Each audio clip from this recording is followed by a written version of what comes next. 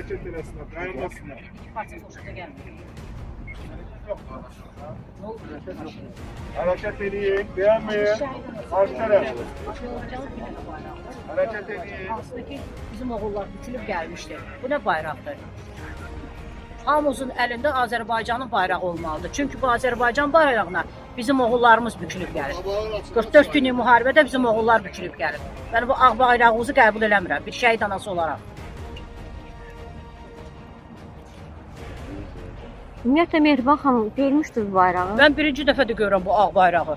Mən birinci dəfə görürəm ki, ağ bayraq. Elə mənə çox maraqlı gəldi ki, bunun üstündəki yazılar nə deməkdir?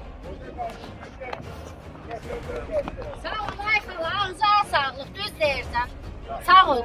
Bəli, düz deyirsən, nə deyir? Bayraqlar nədir? Ağ bayraqlar. Bu bayraq uğrunda bu oğullar şəhid olublar. Hər bir insan burada öz bayrağını sevməlidir. Bu nədir? Ağ bayraq əlimizə alıb gəlmişsiniz. Ağ bayrağı elə bir ki, təslim olmağa gəlmişsiniz. Ağ bayraq alıb əlimizə. Bizim idmançılarımız Sağ olun. biz ulu öndər deyirdi ki, Azərbaycanı dünyaya idman Özlə bayraqdan danışıram.